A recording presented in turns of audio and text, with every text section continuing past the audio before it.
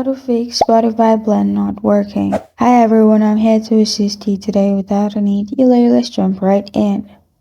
First, search for Spotify icon on your home and then hold on to the Spotify app.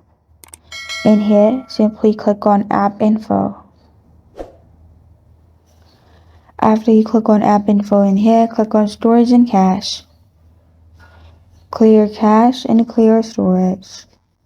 Then you can go back and open Spotify. Then go to your library at the bottom and try checking your blend. If it's not working, what you can do is hold down to the blend or simply click on blend and click on the three dots in here. Then click on leave blend.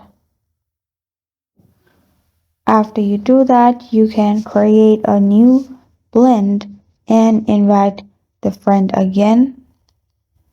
After you do that, you're good to go. This is how to fix Spotify blend not working. Thank you for joining me today. If this video helps you out, please leave a like and subscribe for more. Got a question or want to suggest a topic, comment below. Thank you for watching.